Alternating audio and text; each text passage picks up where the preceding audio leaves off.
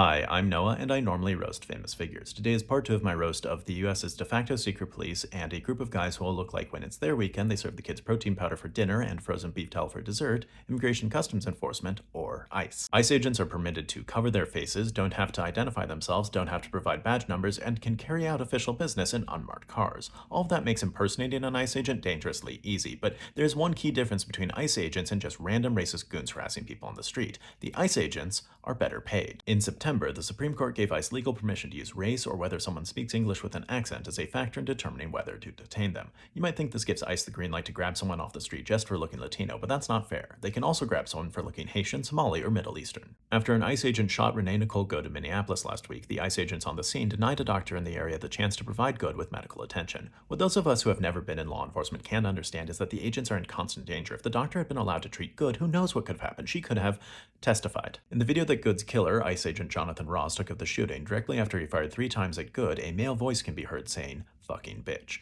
From the video, it's impossible to say whether it's Ross calling Good that or just another ICE agent, both because voices are hard to identify and because calling a victim of state violence a bitch while she's still suffering sounds exactly like every ICE agent. According to Minneapolis Mayor Jacob Frey, ICE agents recently detained someone who was driving on a significant street and took them away without putting the car in park, leaving it to roll forward with no driver, endangering everyone in its path. Do you know how dangerous a car without a driver rolling around in the middle of the street is? Almost as dangerous as one that's being driven by an ICE agent. Deportation officers for ICE used to be trained for about 5 months, but recently, eliminating Spanish language courses and other changes have reduced that to just 47 days, a number chosen because Trump is the 47th president. Look, I know I've been rough on ICE, but I don't think they need longer training. I mean, how many days does it take to say, point this end at the mouthy ones? Alright, please consider donating to help the family that I sponsor in Gaza. If you'd like to support me or watch bonus videos, please check out my Then let me know who else to roast, and join me next time for part 2 of my roast of 7th US President and a man who looks like his diet and vocabulary was entirely